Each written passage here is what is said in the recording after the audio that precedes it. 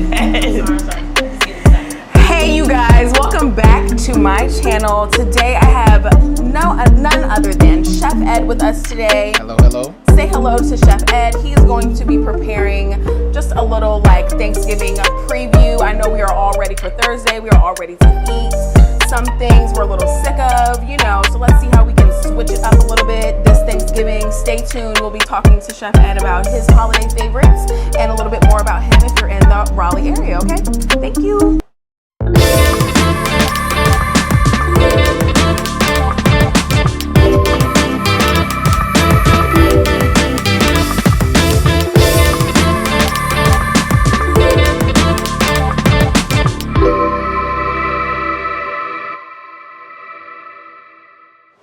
Hey y'all, so Chef Ed is here with us today. Tell us what you've prepared for us today. All right, tell today the people. we have my Applejack candied yams. They look good too, y'all. I have smoked Gouda mac and cheese. Girl. Chelsea in the background, y'all. Go ahead, Chef Ed, we listen. My signature collard greens, and to finish all off, I have turkey chops that are literally turkey breasts that have been frozen and then cut into chops, so they look and resemble pork chops and have the consistency of turkey. I have never had a turkey chop. Like, who would have, like, where did you even get that? Do you go to like a butcher specifically to get it cut? I have to get it specifically cut. I know, that's right, special, honey. It's a special kind of occasion today. So what are you doing right here? Right here, I am trimming the last little pieces off of here, that a few unsavory pieces that I don't feel like will fry well. And I'm gonna paste them in oil and then baste them with a little brown butter and place them off to the side so they can rest. Brown butter. Chef Ed's gonna show us how he prepares his turkey chops. Turkey chops. I don't know why I want to say chicken chops, just because the alliteration of it all, but it's turkey. So turkey chops. So what are we doing first? All right, first thing we gotta cut off a couple of the unsavory parts, the parts that won't fry well. How do you know if it won't fry well? Usually they're thinner and they have a little bit more bone to them, meaning that they don't have as much meat and they don't have as much fat, meaning that the protein is going to cook very, very fast. Yeah. The bone is going to burn, and that fat not being there is not going to give it a lubricant. So it's just going to be a crispy situation that you don't want. It's going to get a little bitter. Yeah. So ultimately you are trying to get into a nice, like a pork chop size or a pork chop shape. And this right here will become what we now know as a turkey chop. Yeah. All right, well, we're gonna see how he fries this up, y'all. Okay, y'all. Chef Ed is here. He's gonna show us how he prepares these turkey chops. I'm already looking at the done ones and they look so good. So go ahead, what we got going on in this pan? All right, first thing we have is grapeseed oil and olive oil mixture. Oh, wow. You're looking for that oil is just so you have the highest smoke point. So the higher the heat, the less it smokes. So we're gonna go one turkey chop in. We're listening for the sear on each one of these. We don't want it to be too pronounced. We don't want it to be too loud. That means the oil is too high. And the reason that I let these get to room temperature before cooking is because I want them to cook evenly and I can maintain the moisture without having to worry about there being hot spots and dry spots. Right. So now that I've gotten that part done, I'm gonna step back over here. And now we just give it a solid about 3 minutes on each side. We're looking for color. We want to be able to smell the spices, and we want to get it to the point where spices are being toasted and not being burnt. And who taught you all of this? Like, he speaks so, when he's speaking of the food, he speaks to the chemistry of the food. He speaks to what's burning first, what's not burning. Like, who taught you all of these things? It took time. I learned a lot of stuff from the chefs that I came up under. Yeah. Because I didn't go to culinary school, I wanted to learn culturally more so than culinarily. So I didn't go to the culinary school. I went the opposite route. I moved to Israel and learned. I was homeless for 2 weeks living on a beach, and then I lied my way into a kitchen. And every time the chef turned his back, I was on someone else's station. Wow. I did that for about 6 months, and he told me that if I don't get you trained, you're gonna end up burning my restaurant down. Right, because, So he ended up training me every day. That was 16 hours a day for about 1.5 years. Yeah. Every day. What do you think you can speak to as being trained culturally? Like, how important do you think that is to just know the culture of the food you're preparing? I think it's very important because you can't quite really and truly understand something unless you know where it comes from. Right. And people say all the time, oh, the American has French fries, but recognizing that French fries never came from America, that's something that you would have to say it has been colloquialized by America, but not necessarily, it's not an American dish. Chinese food. As much as we love Chinese food in this country, we know that there's a country named China, and they eat food every day. So obviously, the food that we're eating here is an adaptation of Chinese what food. They have, they don't have the connection. So I like to give people the connection to the food when it comes to them eating with me.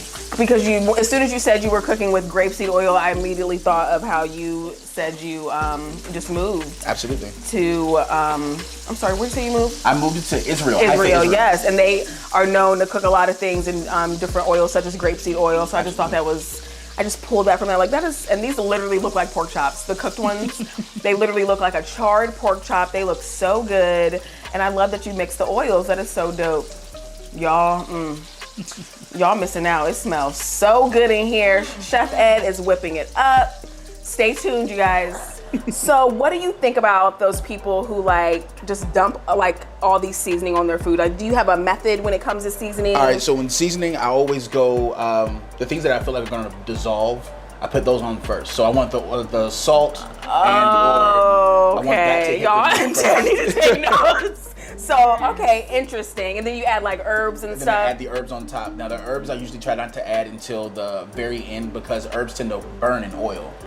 So they create almost a bitter taste to things. What? Do with the chemistry? Oh my goodness! I be doing a little something. Something. You follow me on Instagram, y'all know I be trying to cook, do a little something. But I did not know that, so I will definitely be taking that note back with me. How long have you been cooking professionally? Cooking professionally now for 15 years. Okay. Do you enjoy it? I love what I do. I have never actually. Well, I say that I've never worked. I enjoy what I do, so I get up every day and do what I want to do. Yeah. So. How is it like making your own schedule and just keeping up with it all? You know what I mean? Who? Do you the need business side of things? Days, Absolutely. Yeah. Oh my God. The business side of things is easy. It's the more so the people, dealing with people. Okay. So, y'all know, just like anybody else, dealing with customers, it's a lot. It's a prickly situation. And people are very particular about their food. Yeah, I was just about to say, especially when it's a service that is such like personal like food. I know Chelsea can probably attest to that. She does hair, and it's just such a a personal thing that people want to feel good about. They want to enjoy what they're eating. I'm a big foodie. I love vacation, and my favorite part about the vacation is trying the food of where I'm going. I'm like, what are they known for here? I'm trying to order that. Like, what's the tea with that? What's going on with that? Nobody's getting chicken fingers out here. Please. It is so unattractive. If we're going to Bermuda or Barbados somewhere, and anywhere, or even a nice restaurant, y'all order chicken nuggets and French fries. We go to J. Alexander's and you ordering a burger. Ew. That is not cute. I'm sorry. Right? You gotta have that money.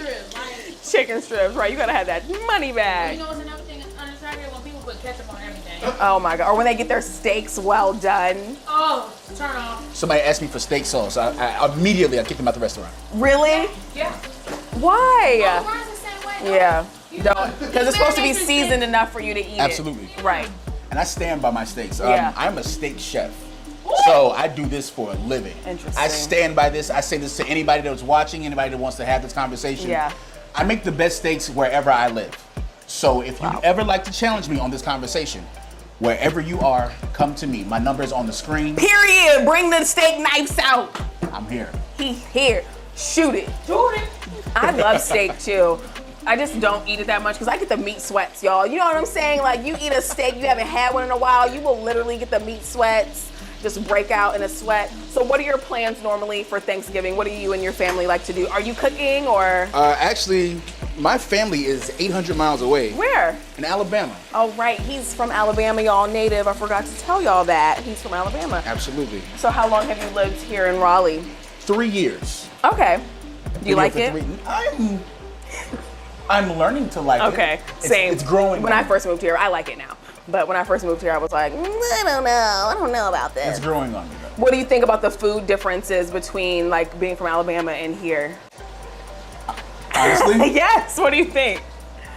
They have better food in Alabama? I'm so serious. Tell me, tell them. Well, in all seriousness, the food industry here is the worst I've ever seen.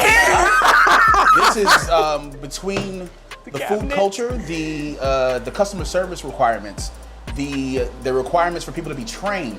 These are all things that have gone out of the window when it comes to Raleigh, North Carolina. Unfortunately, It's Raleigh being its capital of North Carolina. It is, You can probably find better food in Durham. And it People keep telling me this. I heard that. It sounds bad, but it's being honest. The quality of food, the quality of service, it just takes away from the whole meal. So if I go out to eat, I tend to go either to Durham or to cities outside of Raleigh, just for the better situation. A good restaurant you like here that you could recommend me or us? Soka on. Is that in Durham? No, actually, it's here in Raleigh. Okay. Soka is surprised the crap out of me. What kind of food is it? It's Asian? It's Brazilian. Huh? It's Brazilian. I don't think I've ever had Brazilian food. Very, very good. I think you have. Chelsea will save that story later for an embarrassing story time here on my channel when she had Brazilian food. I've never had Brazilian food. So I do know, you guys, about Chef Ed, that he has had other professional paths. What made you want to say, forget all that, I'm gonna cook? I was previously married, and in that marriage I began to cook. I was the person that cooked the most. So Did she ever cook? Yes. Okay. She was a great cook. Not taking anything away from her food. Yeah. I'm not trying to start nothing. Please don't jump in my comments. Leave my email alone. You cool with me. We cool with each other. Just leave me alone. It's cool. Just leave me alone. But you cooked more. Yes. Okay. I cooked more, and I realized that was something that I was pretty good at. And eventually, it became a thing where people were like, "Hey, can you make the sides for this event? Can you make the sides for that event?" And I became known as the side dude. Yeah. That wasn't a good situation for me. So especially that title. Ended up changing that concept, and I turned into a traveling chef. A traveling chef. Where do you even start? Like, you're saying, boom, I'm quitting my job, I'm gonna be a traveling chef. What were your first steps of getting your business footing with your cooking business? I did a lot of stuff for people that I knew that were in the military. Military people spend money like no one else. Oh yeah, for sure. And they will always pay for a party. Always. So if you do nothing else, as long as you provide good food towards a party, even if you bring it in impromptu, people will say, "Oh man, it was so good," and they will bless you with the money. So it just became a thing, and then people were like, "Oh well, is Ed coming? Is Ed bringing?" And then it became a thing where people didn't ask, and then it snowballed. And you want to know something? That's another thing. People are oftentimes afraid to, just to do things for free, just to see if people, like their services or like their business, and look at how, look at how blessed he is now just by starting that, just by saying, I'm going to do this, I'm going to see if people respond to this. Scare money don't make no money. Chelsea in the background saying, scare money don't make no money. You have to invest and put yourself out there too. You have to. And it will come, but you have to. You have to invest in yourself. And invest in yourself, because nobody else will. You have to. No, that's true. That is so true. Would you say steak is your favorite thing to cook, or do you have another thing, like a meal, like a favorite meal you like to make? My favorite, my background is actually halal. So I learned how to cook in Israel.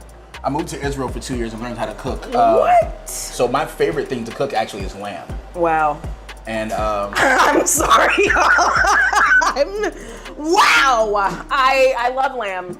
I love lamb chops. So this is all good information. This is very good to know. Wow. How do you like to eat your lamb? First, I don't eat any meats, any red meats. Done. So right. That's how do you like it? Medium? My lamb, I usually like it medium to blue.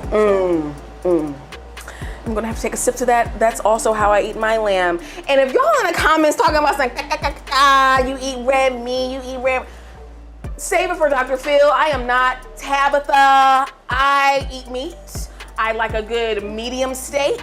I like a good medium rare lamb. Please save it, okay? We don't want to hear none of that hate in the comments. PETA, we don't want to hear you in my comments, okay? We're eating turkey chops today, please. So I love macaroni and cheese. Absolutely. I am Black. It is a staple at Christmas dinners, Thanksgiving dinner.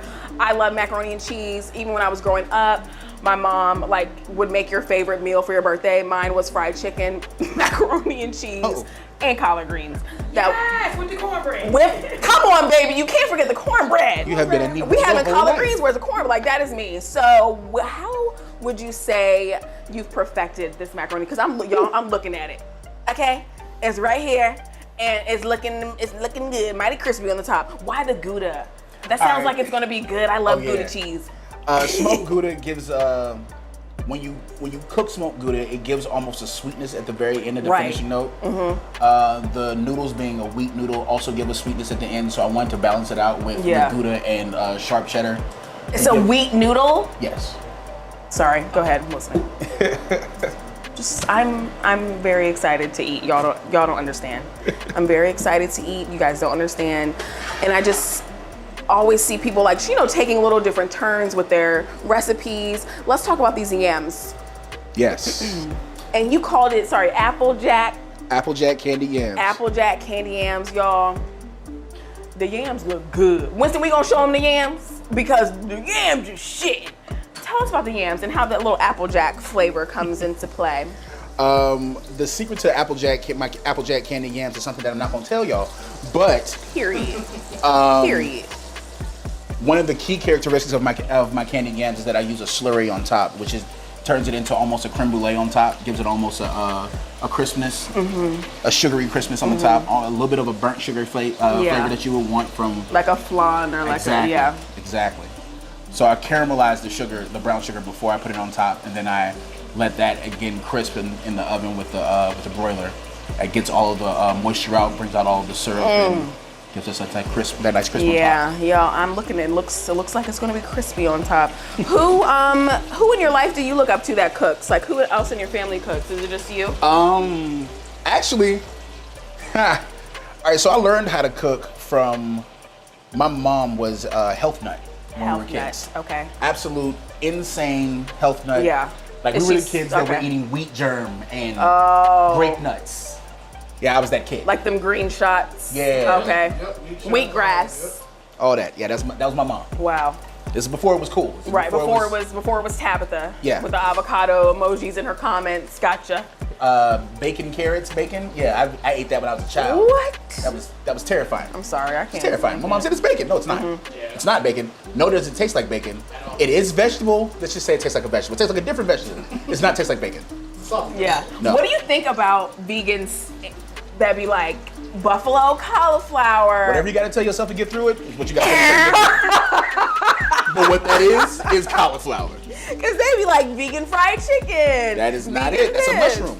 That's a mushroom. Right. Just call it a mushroom. Right, because they I saw Tabitha make fried fish, but it was like a mushroom. Oyster mushrooms. Oyster mushrooms, that's what it was, oyster mushrooms. That is, they said, whatever you have to tell yourself to get through it. Do you know, what do you think about these Instagram chefs that are frauding people? Have you heard about Darius Cooks? Have you heard about Darius Cooks' situation? I'm sorry, it just made me think of that. And these Instagram chefs are literally frauding people, and it's scary. Yes, Darius Cooks was frauding people out of money, girl. He saw the story.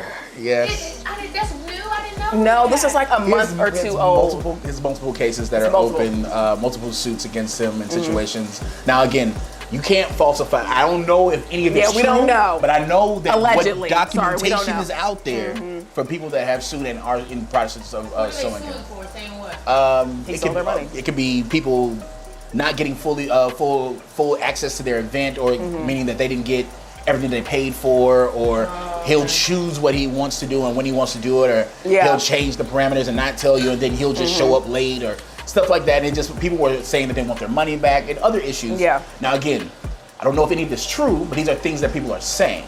And in that part. Darius, it was looking pretty thick out there for you for a minute. I don't know about that. I feel like he's gonna still make his money at the end of the day. He will. He has a cake company in North Carolina. Some lady makes cakes or something like that. Really? Yeah. Like they ship cakes to your house. That's what's up. Would you ever do a cookbook? Yes. You would? Yes. Okay. I'm in the process. You said that so quick. I was like, you were already making it. I'm in the process of writing my cookbook right now. Good. That's exciting. It's terrifying. Why? Well, anything new is terrifying. Absolutely. I'm okay with being terrified. It's just, you know what I mean? When you put yourself out there in one way, I can control this. Yeah. I can control how you see my food because I'm making it. Yeah. But once I write something down and put it out there for people to interpret, that's a different thing. Yeah. No, that's true. When's your birthday? October. October 28th. I'm a Scorpio. She wanted to know your sign. He's a Scorpio too. He Great just had. Both of y'all just had a birthday, actually. Absolutely. Well, happy belated birthday. Thank you very much. Thank you very much. I am so weak. Well, let's get something plated because I'm hungry. Me and Chelsea are dying for a taste test of this. I'm really dying to taste this macaroni and cheese, y'all. It looks so good. And when he told me it had Gouda in it, I was like, say less. Like that meme. Say what? I hate when by the way, when I say memes and the person don't know the meme I'm talking about. Like when I start dancing like this. By the bar, I've been coming up, I've been so much lean, I've been getting stuck, I've been getting hoes, I've been doing drugs. And you don't know what I'm talking about? You don't know? She don't know. What? You know the boy? You told the white dude? You do? My man was at the concert like, that was the hypest dude at the when show. I start dancing like that, and nobody knows what I'm talking about. I know. Thank you guys. Thank y'all for being here. Like, me about to eat. I'm excited. All right, you guys, Chef Ed is done. It smells amazing in here. Please tell us what's on the plate, Chef Ed. Okay, so tonight we are serving my collard greens, my signature collard greens. These are what I call pot liquor collard greens. It means that they came from and always will be in my family, right here. These are the Applejack, candied yams, smoked Gouda mac and cheese, and pan-seared turkey chops. It looks amazing. How do they taste? These are stupid. This is so ignorant. Taste the greens. Courtney. These candy yam mac and Look at her fork full of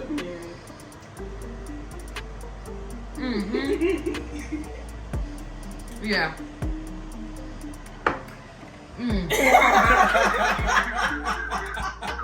I am Chef Ed 101 on Instagram. We'll have everything linked, you guys, but go ahead. I am Chef Edward Marshall on Facebook. I do have a disclaimer. If you really and truly, and I mean this, if you really and truly love your significant other, and I'm talking to all the men, if you love your woman, don't let her eat by herself. This is not fair. I'm not being nice, I'm not being friendly, I'm being honest. This is not fair. I will sweat out her baby hair and curl her toes. This is what I do for a living. I am not playing a game, I'm being completely honest. You guys come back and see me now, all right? Oh, y'all, Chef Ed. I mean, do I need to say more? Do I need to say more? Chef Ed, follow him. Hit him up if you need a personal chef, private dinners, parties, whatever you need to cater. The food is bomb. It smells amazing in here. He's clearly a man of principles. Don't let your woman eat by herself, okay? And that's on period. As always, follow me right here, Blondeberry Media. You can follow my Instagram, Blondeberry Media. Thank you guys for watching. We want to thank Chef Ed for being here. And thank you. We will have him back, y'all, okay? It's not the last time. We'll see you on the next one. Bye.